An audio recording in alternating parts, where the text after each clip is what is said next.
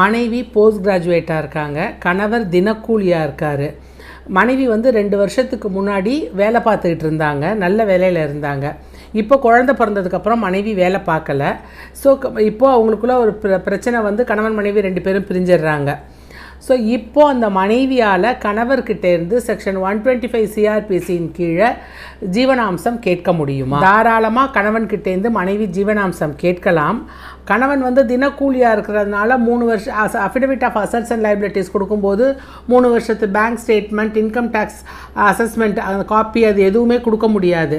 அப்படி இருக்கும்பொழுது என்ன பண்ணணும் அப்படின்னு சொன்னால், குறுக்கு விசாரணையின் பொழுது நம்மளுடைய அட்வொகேட் கணவனை கூண்டில் ஏற்றி விசாரிக்கும் பொழுது அவர் வாயிலேருந்தே அவர் மாதத்துக்கு எவ்வளோ சம்பாதிக்கிறாரு அப்படிங்கிறதெல்லாம் வாங்கி, அவர்கிட்ட வேறு என்னென்ன சொத்து இருக்குது எல்லாமே அதில் அவர்கிட்ட கேட்டு வாங்கி அதன் அடிப்படையில் ஜீவனாம்சம் கொடுக்க சொல்லி நீதிமன்றம் உத்தரவிடும். அவர் தினக்கூலியாக இருந்தாலுமே அவர் குழந்தைக்கும் மனைவிக்கும் ஜீவனாம்சம் கொடுக்க வேண்டியது கணவனுடைய கடமை தான். அவங்க படித்தே இருந்தாலும் குழந்தைய பார்த்துக்கணுங்கிற ஒரு கட்டாயத்தினால தான் வீட்டில் இருக்கிறாங்க.